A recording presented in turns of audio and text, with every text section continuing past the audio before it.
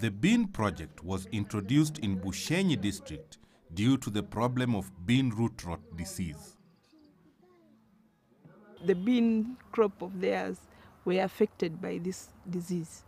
And when this disease comes, it comes in when the beans are about 3 weeks old, and they all yellow and they just die. The problems were the diseases. We had bean root rot, which we didn't know was actually a disease. The problem was so bad because in some instances, farmers would lose as much as 100% of the beans grown in the gardens. The bean root rot disease is caused by a number of organisms, they would call them, and these are found in the soil. They are always there. These creatures are always in this soil. But they only become a problem when you have a declining soil fertility, and the declining soil fertility is brought about mainly by continuous cropping without crop rotation. We don't rotate. We just dig in the same garden all over again. And secondly, we don't always manure where it is supposed to be. Because our soils here are not the best. We are supposed to manure when we are planting. We never used to do that. Before you get seed really, you have got to get a field where you are supposed to plant the beans. You locate the field, you go and prepare it, you dig, you get seed. After that, you come and plant.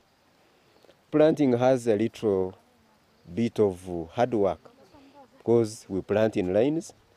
So you have got to look for 2 sticks and then a very long rope. So you measure and then you come with a hoe. On that line, you make a small trench. If that type of soil needs manuring, then you look for manure. Then you plant beans. Here we weed about 2 or sometimes 3 times, depending on the amount of weed that there is in the garden. So after weeding, they will flower. After that, you'll come for harvest. So you'll harvest and thrash, then keep the beans.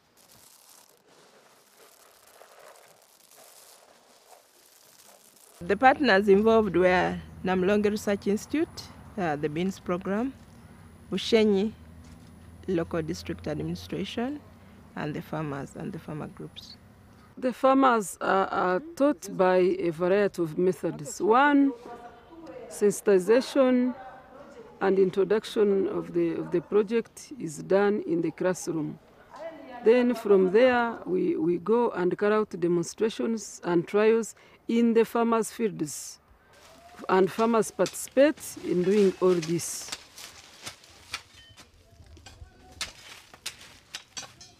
It wasn't easy. You see, when we came, they had lost all their beans. And we were here saying these beans might work. They didn't want to believe in us. And then we are bringing these beans they call climbers. They've never grown them. They need more time. They need more work. You have to bring stakes. So a lot of people stood on the fence and watched us. At first, it was not easy to get hold of the seeds to plant, and we were not very eager because of the previous problems with diseases. But now, we have a solution and we know how to produce beans. We have benefited so much in the last 1 year. Like for me, as a farmer who has been in this project for the last 1 year, I've bought a goat which has just reproduced. It has 2 kids, the male and the female. That one I got from beans.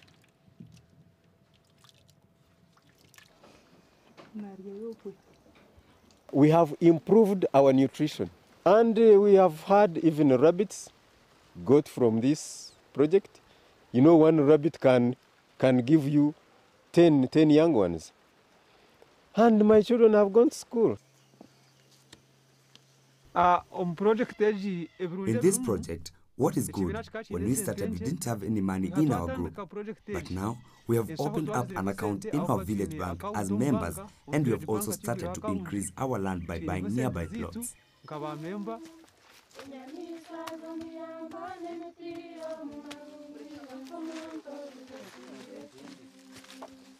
Problems are there.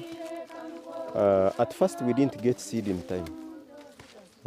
That means the yield cannot be the best. We also have a problem in looking for the stakes. The stakes are not easy to come by. Because like for me, I have a small piece of land where I grow trees, some tree species. That's where I get stakes. But we are living in a place where lands are fragmented. Not everyone can really get stakes. So that's why most of our members now opt to growing bush beans against climbers. At the beginning of the project, we started off with very few seeds. So at the beginning of the project, we started with very few farmers. Like, say, for example, in Bushenyi, we started off with about 30 to 40 farmers. And I can assure you now we are having over, for me, I think in Bushenyi it might even be over 6,000 farmers. What's changed really is now they have the beans. Where the beans were not growing, they are there. So that one is the most significant to me, is they can now grow beans, they can get their children to eat these beans as sources of protein, they can themselves eat. But they are also selling. And I think they've been selling quite a substantial amount of beans to the communities, but also to the people outside.